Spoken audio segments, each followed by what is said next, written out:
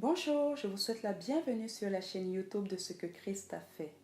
La pensée d'aujourd'hui a été écrite par Denise et elle s'intitule « Il y a un homme ».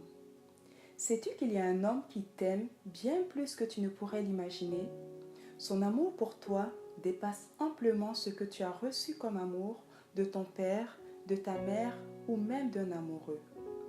Son amour est long, large et profond, nous dit Éphésiens 3, verset 18. Il ne cesse de t'interpeller et lorsqu'enfin il a ton attention, il prend un réel plaisir à une relation de proximité avec toi. D'ailleurs, 1 Jean 4, verset 16 nous dit ceci. Et celui qui demeure dans l'amour demeure en Dieu, et Dieu demeure en lui. Tu pourrais te demander pourquoi autant d'amour envers toi, ou même te demander si tu mérites cet amour.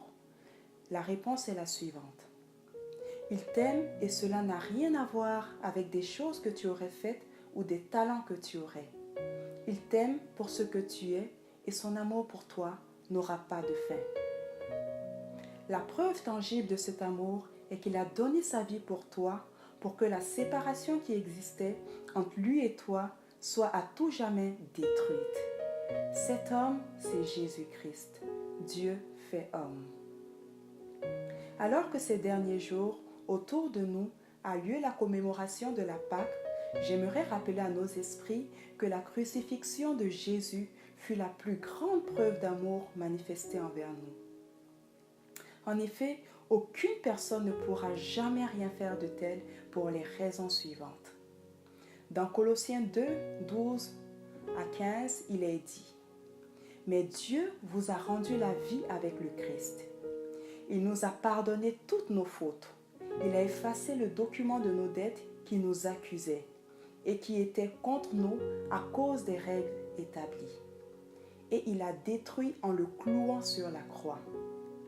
Dieu a enlevé leur puissance aux esprits qui avaient autorité et pouvoir. Il a présenté ces esprits devant tout le monde et il les a traînés comme des prisonniers dans le défilé victorieux de son Fils. Ainsi, la mort et la résurrection de Christ ont eu pour conséquence de faire de nous des personnes libres. Nous ne sommes plus sous le poids d'une quelconque accusation. De plus, par le fait que l'autorité des dominations a été neutralisée, nous pouvons effectivement marcher en personnes affranchies devant lesquelles la voie est libre. Jésus-Christ nous aime vraiment. Parce qu'en allant à la croix, sa seule motivation était notre intérêt. Il a voulu le meilleur pour nous. Ma prière est que nous puissions répondre à cet amour par le don de soi, par une véritable consécration. Que dans son amour, nous trouvions la force ou le tremplin qui va nous propulser dans notre destinée de personnes affranchies. Pour finir, que cet amour nous donne la force de tenir dans l'épreuve et face à la tentation. Amen.